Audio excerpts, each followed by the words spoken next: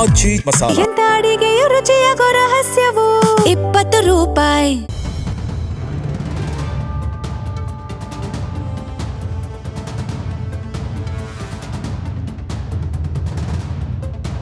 ಭಾರತೀಯ ರಾಜಕಾರಣದಲ್ಲಿ ಕೆಲವು ಪಕ್ಷಗಳು ತಮ್ಮ ಅಸ್ತಿತ್ವವನ್ನ ಕೇವಲ ಚುನಾವಣಾ ಗೆಲುವಿನ ಮೇಲೆ ಕಟ್ಟಿಕೊಳ್ಳುವುದಿಲ್ಲ.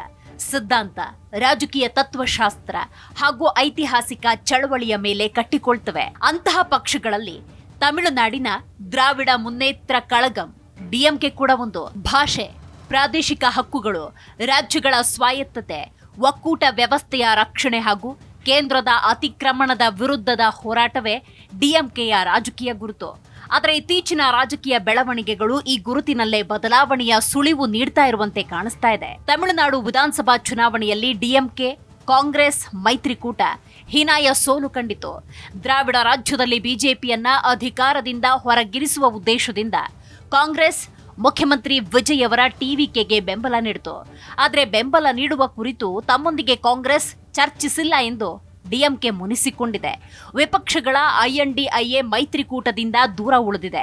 ಈ ಮುನಿಸು ಕೇವಲ ಕಾಂಗ್ರೆಸ್ನಿಂದ ಅಂತರಕ್ಕಷ್ಟೇ ಸೀಮಿತವಾಗಿಲ್ಲ, ಬದಲಾಗಿ ಬಿಜೆಪಿಗೆ ವಿಷಯಾಧಾರಿತ ಬೆಂಬಲ ನೀಡೋದಕ್ಕೂ ವಿಸ್ತರಿಸಿದಂತೆ ಕಾಣ್ತಾ ಇದೆ. ಬಿಜೆಪಿ ನೇತೃತ್ವದ ಕೇಂದ್ರ ಸರ್ಕಾರ ಜಾರಿಗೆ ತರಲು ಹವಣಿಸ್ತಾ ಇರುವ ಕ್ಷೇತ್ರ ಮರು ವಿಂಗಡಣೆ ಪ್ರಸ್ತಾವನೆ ವಿಚಾರದಲ್ಲಿ ಡಿಎಂಕೆ ತಾಳಿರುವ ಹೊಸ ನಿಲುವು ತಮಿಳುನಾಡು ಮತ್ತು ವಿಪಕ್ಷಗಳಲ್ಲಿ ಕಳವಳ ಹುಟ್ಟುಹಾಕಿದೆ. ಈವರೆಗೆ ಜನಸಂಖ್ಯೆ ಆಧಾರಿತ ಕ್ಷೇತ್ರ ಮರು ವಿಂಗಡಣೆಗೆ ತೀವ್ರ ವಿರೋಧ ವ್ಯಕ್ತಪಡಿಸ್ತಾ ಇದ್ದ ಡಿಎಂಕೆ ಈಗ ತಮಿಳುನಾಡಿನ ಹಿತಾಸಕ್ತಿಗಳಿಗಾಗಿ ವಿಷಯಾಧಾರಿತ ಬೆಂಬಲ ನೀಡಲು ಯೋಜಿಸಿದೆ. ವಿಶೇಷವಾಗಿ ಕಾವೇರಿ ನೀರು ಹಂಚಿಕೆ ಮತ್ತು ಮೇಕೆದಾಟು ಯೋಜನೆಗೆ ಸಂಬಂಧಪಟ್ಟ ಬೇಡಿಕೆಗಳಿಗೆ ಕೇಂದ್ರ ಸರ್ಕಾರ ಸ್ಪಂದಿಸಿದ್ರೆ ತನ್ನ 22 ಲೋಕಸಭಾ ಸದಸ್ಯರ ಬೆಂಬಲ ಅಥವಾ ವಿರೋಧವನ್ನ ವಿಷಯಾಧಾರಿತವಾಗಿ ನಿರ್ಧರಿಸುವ ಸೂಚನೆ ಕೊಟ್ಟಿದೆ. ಇದು ಕೇವಲ ತಂತ್ರಗಾರಿಕೆಯೇ ಅಥವಾ ದ್ರಾವಿಡ ರಾಜಕೀಯದ ಮೂಲಭೂತ ಪರಿವರ್ತನೆಯೇ ಅನ್ನೋ ಪ್ರಶ್ನೆ ರಾಜಕೀಯ ಪಡಸಾಲೆಯಲ್ಲಿ ಚರ್ಚೆಯಾಗ್ತಾ ಇದೆ. ಡಿಎಂಕೆ ರಾಜ್ಯಗಳ ಹಕ್ಕುಗಳಿಗಾಗಿ ಕೇಂದ್ರದ ವಿರುದ್ಧ ಹೋರಾಡಿದ ಪಕ್ಷ. ಹಿಂದಿ ಹೇರಿಕೆ ವಿರುದ್ಧದ ಹೋರಾಟದಿಂದ ಹಿಡಿದು ಹಣಕಾಸು ಹಂಚಿಕೆ, ಜಿಎಸ್ಟಿ ಪರಿಹಾರ, ನೀಟ್ ಪರೀಕ್ಷೆ, ರಾಜ್ಯಗಳ ಅಧಿಕಾರ ಕುಗ್ಗಿಸುವ ಕ್ರಮಗಳು ಎಲ್ಲಾ ವಿಷಯಗಳಲ್ಲೂ ಡಿಎಂಕೆ ತತ್ವಾಧಾರಿತ ವಿರೋಧವನ್ನ ವ್ಯಕ್ತಪಡಿಸುತ್ತಲೇ ಬಂದಿದೆ. ರಾಷ್ಟ್ರ ರಾಜಕಾರಣದಲ್ಲೂ ಬಿಜೆಪಿಯ ಕೋಮು ರಾಜಕಾರಣದ ವಿರುದ್ಧದ ಪ್ರಮುಖ ಸೈದ್ಧಾಂತಿಕ ಶಕ್ತಿಯಾಗಿ ಗುರುತಿಸಿಕೊಂಡಿದೆ.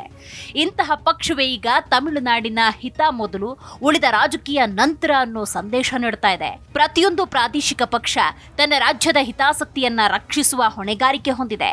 ಕೇಂದ್ರ ಸರ್ಕಾರದ ಬಳಿ ನಿರ್ಣಾಯಕ ಸಂಖ್ಯಾಬಲ ಇಲ್ಲದ ಸಂದರ್ಭಗಳಲ್ಲಿ ರಾಜ್ಯಕ್ಕೆ ಅನುಕೂಲವಾಗುವ ಒಪ್ಪಂದಗಳನ್ನ ಮಾಡಿಕೊಂಡು ಸರ್ಕಾರ ರಚನೆಗೆ ಬೆಂಬಲ ನೀಡುವುದು ಭಾರತೀಯ ಒಕ್ಕೂಟ ವ್ಯವಸ್ಥೆಯಲ್ಲಿ ಹೊಸತೇನೂ ಅಲ್ಲ.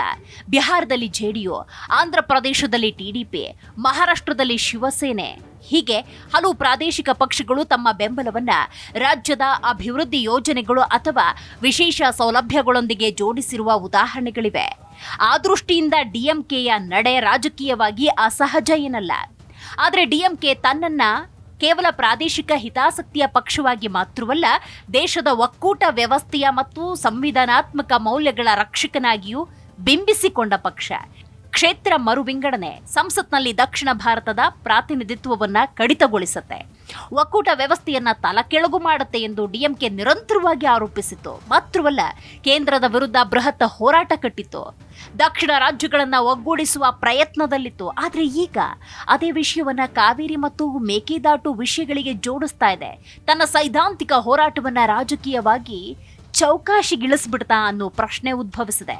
ಕಾಂಗ್ರೆಸ್ ಜೊತೆಗಿನ ಸಣ್ಣ ಮುನಿಸಿಗಾಗಿ ಡಿಎಂಕೆ ತನ್ನ ಸಿದ್ಧಾಂತವನ್ನ ಚೌಕಾಶಿಗೆ ಇಟ್ಟು ಬಿಡೋದು ಸೂಕ್ತವೇ? ಈ ಹಿಂದೆಯೂ ಹಲವು ವಿಚಾರಗಳಲ್ಲಿ ಕಾಂಗ್ರೆಸ್ನ ರಾಜಕೀಯ ತಂತ್ರದ ಬಗ್ಗೆ ಡಿಎಂಕೆ ಅಸಮಾಧಾನ ವ್ಯಕ್ತಪಡಿಸಿತು. ದಕ್ಷಿಣ ಭಾರತದ ಪ್ರಶ್ನೆಗಳಿಗೆ ಕಾಂಗ್ರೆಸ್ ನಿರೀಕ್ಷಿತ ಮಟ್ಟದಲ್ಲಿ ಆದ್ಯತೆ ನೀಡ್ತಾ ಇಲ್ಲ ಅನ್ನೋ ಭಾವನೆ ಪಕ್ಷದ ಒಳಗಿತ್ತು.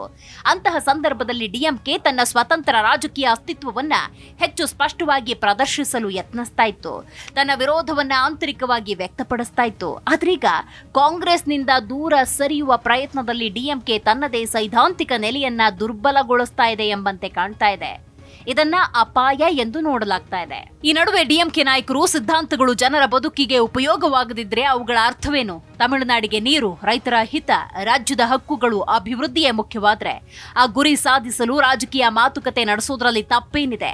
ವಿರೋಧಕ್ಕಾಗಿ ವಿರೋಧ ಮಾಡೋದಕ್ಕಿಂತ ರಾಜ್ಯಕ್ಕೆ ಸ್ಪಷ್ಟ ಲಾಭವಾಗುವ ರೀತಿಯಲ್ಲಿ ತನ್ನ ರಾಜಕೀಯ ಪ್ರಭಾವ ಬಳಸೋದು ಜವಾಬ್ದಾರಿಯುತ ಪ್ರಾದೇಶಿಕ ರಾಜಕೀಯ ಅಂತ ವಾದ ಮಾಡ್ತಿದ್ದಾರೆ. ಅಧಿಕಾರದಲ್ಲಿರೋರೊಂದಿಗೆ ವ್ಯವಹಾರ ನಡೆಸುವುದು ತಪ್ಪಲ್ಲ, ಆದ್ರೆ ಆ ವ್ಯವಹಾರ ಸಿದ್ಧಾಂತದ ಬೆಲೆ ತೆರುವಂತಾಗಬಾರದು ಎಂಬುದೇ ದ್ರಾವಿಡ ಚಳುವಳಿಯ ಮೂಲಭೂತ ಸಂದೇಶ.